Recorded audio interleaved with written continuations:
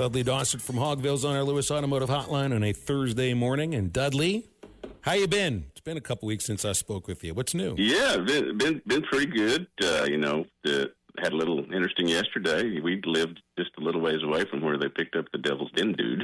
So, that was pretty interesting. So you could say that again. I read our friend John Williams knows the young lady who had the killer in her chair, which I couldn't even imagine.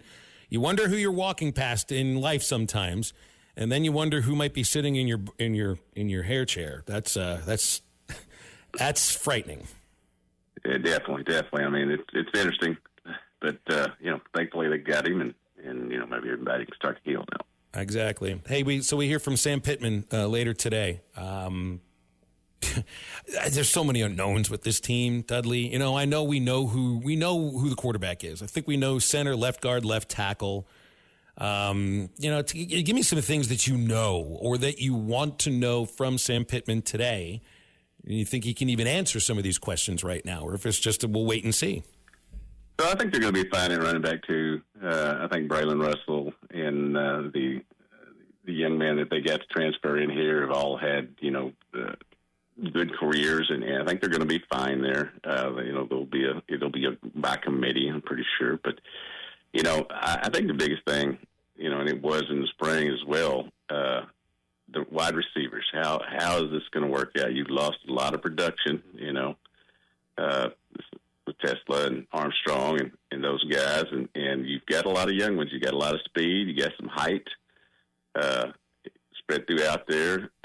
I'm anxious to see how Antonio Jordan does, the young man from Warren who didn't go through spring practice, stayed down there and helped out Warren's basketball team. And so really I think the receivers are the thing I'm going to focus on here early.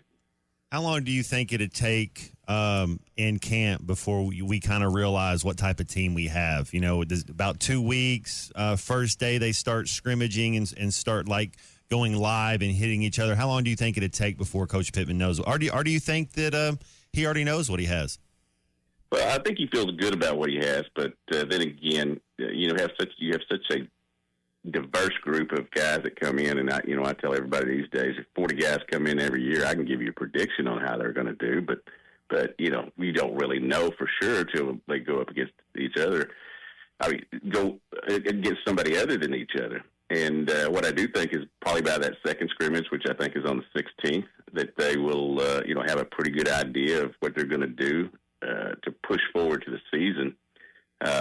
They better be really good early. I mean, you can get past Alabama A&M without your best effort, but you better be ready to play Arkansas State, and certainly after that it just gets tough.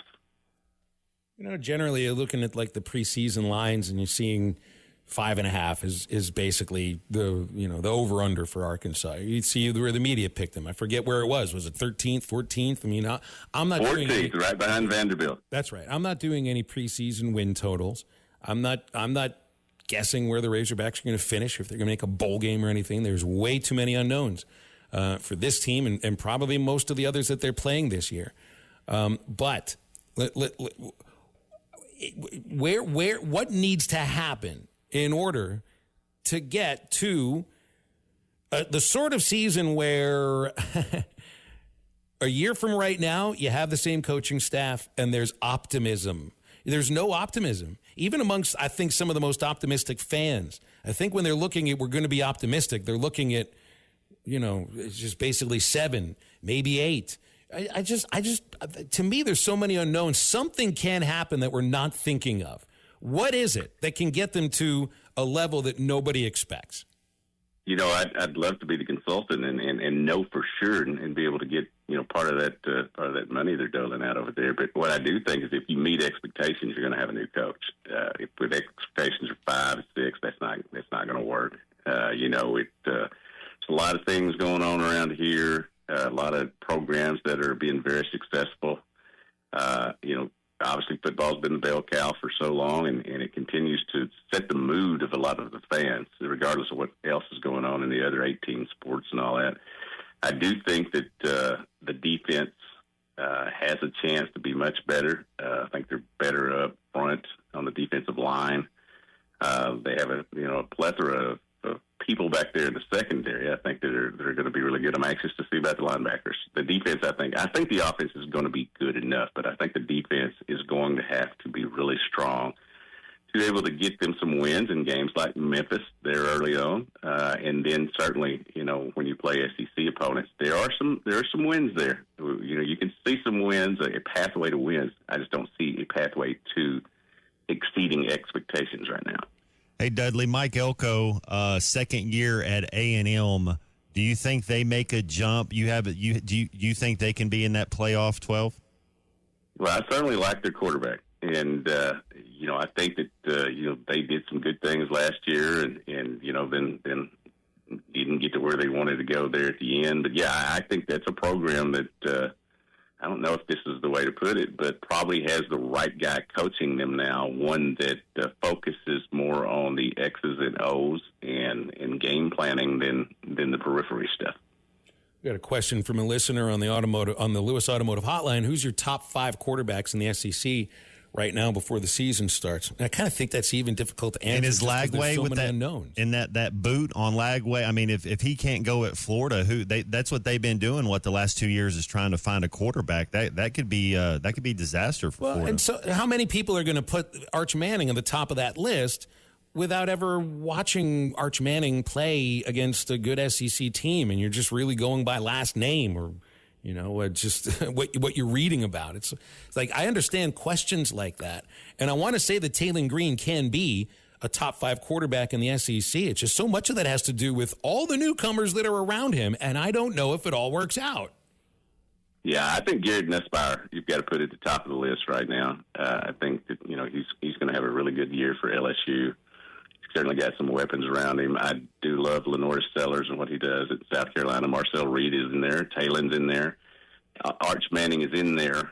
Probably the top 5. People would probably think I was stupid if I left him out. But I'm of the mind that he's got great quarterback lineage and that he's going to be really good. But I've always said if he was what everybody says he was, then he would have been starting over that 7th rounder that they had there last year. Another coach in year 2 at Alabama. How do they make the playoff this year? Do they kind of come back and get 10 wins again? Boy, if you could tell me if Ty Simpson was going to be the answer at quarterback for sure, then I think they might be able to do that. I think they've certainly got good players in that program. They've recruited really well, kind of under the radar, if it can be said that these last couple of years.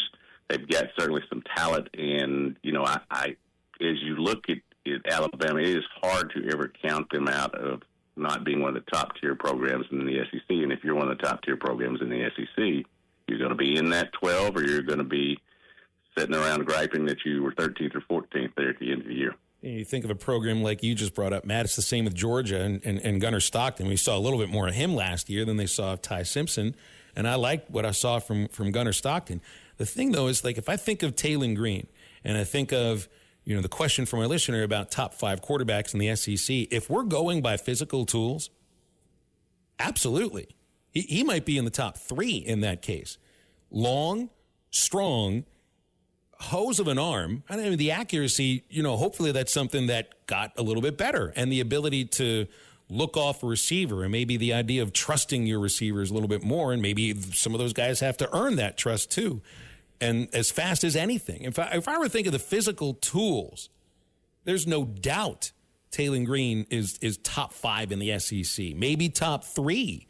And it's not, to me, it's not a question of his mental ability to handle being a leader or to be the quarterback. I just had so much of it has to do with everything that happens around him. And I feel there is another level for an athlete like Tayen Green. And I wonder if we're giving that enough, not conversation, just thought going into the season. All these thoughts of what has to happen if Tayen Green is allowed to show off those physical traits, I think the sky could be the limit for him. Those are some very good points. I think, as I think I've said on this show many times, I think the biggest thing with him is risk reward. He cannot have points off turnovers like he did last year. Whether it was Oklahoma State, some of the others, there were the interceptions came at crucial times. He's got to be able to get the ball down the middle of the field. Everybody appears to think that offensive line is going to be better over there this year, and he won't have to throw on the run so much unless that's a called-out run. I do think that, in being around and looking at Coach Petrino's career when he hasn't been here, quarterbacks have always improved in a second year with him. This is not only Taylor's second year with him, but his fourth in college. He should be able to take the next step up with the quarterback whisperer there. What's your thoughts on Travis Williams? I'm a big time Travis Williams fan for the last couple of years. I think he'll be a head coach in I don't know, 2, 3, 4 years, but I definitely think he will. How do you see him shaping this defense up? What do you kind of expect out of Travis Williams this year? Expect some aggressiveness, and like I said, I do think that because I think they are better suited up front with the defensive line. I think there's going to be more pressure on the quarterback this year. They're going to be able to do some more attacking things. And I think even though there were some talented standouts on defense that transferred out and went to other places, I do feel like he believes he has roster and depth over there this year that he can call the kind of aggressive game that he has always talked about and always, really had when he's had the players at other stops. Trading deadline day, Dudley. Cardinals are playing for 2026. I guess we kind of knew that was the case. 2026, 2027. Yeah. I'm sitting around here today and see if Nolan Arenado agrees to go somewhere, if they trade him and all that. He's my favorite player in baseball right now. Freddie Freeman's second. But it'll be interesting. I'd like for him to get to a contender and have the chance to play for a World Series, but I also love him playing third base, and so it's going to be a bittersweet day if he does get traded. If not, then we'll just rock and roll over there at third base. I knew that he was ill, but when I went into the Grand Canyon, I still thought Ryan Sandberg was alive.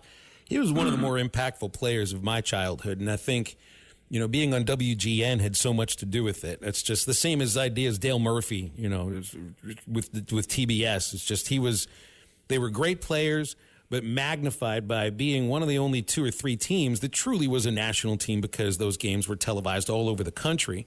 You're a Cardinal fan too, so there's a certain way you feel about the Cubs. Been anti-Cub all my life, but Ryan Sandberg was one of the few guys that I thought was a class guy and really was somebody that I respected and enjoyed watching play. Yeah, he was awesome. He was fun to watch, but he did it in a real quiet way. You don't always respect. Had that one hit for Philadelphia before he got traded to Chicago. 6 at bats, yeah. Did you ever think there was a story that because he was a catcher with the Phillies too, and he hit the pitcher with a throw to second base with the only game he might have caught with the Phillies, and he didn't have a catcher's mitt when he went over to the Cubs, so he realized that was a good thing. So he didn't want to be a catcher much anymore. Yeah, that was. Hey, if you wear 23, you got to be good. Yeah, that's true. You better be really good. Reds and Cubs are making moves, man. The Brewers are really good right now, and it's just basically. How does it feel to be a team like the one I grew up watching that just doesn't have any chance right now? Because you guys are not usually in that position.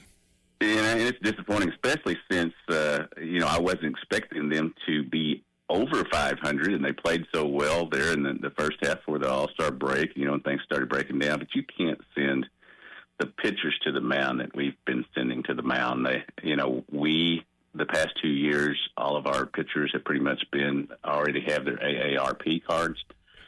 And, it's disappointing. But I know that Chaim Bloom, and I've learned that C is silent over the past year or so, will be a good GM for us. And I look forward to the future. Certainly don't look forward to the present right now. You think Benintendi goes on the move today, or you think he stays at Chicago? I think they'd like him there and they want to keep him. And they could get something to move for it. But when they moved the other outfielder yesterday, Hauser, I think that was probably it. Here's the thing, too, is I think it's going to be tough to move him at about, $25 million a year, unless they pick up most of the salary, if not all of it. BetOnline continues to be your number one source for all your sports betting action. And with baseball in full swing and football season right around the corner, BetOnline has more ways to stay in on the action with the latest odds, news, and scores, even live in-game betting. From MLB, UFC to tennis and NFL futures, BetOnline remains your choice for sports wagering information. In between games, head over to the BetOnline Casino with all the top Vegas-style games, including poker and live casino. Head to the website today and take advantage of their industry-leading VIP program with level-up bonuses and weekly cash boosts. BetOnline, the game starts here.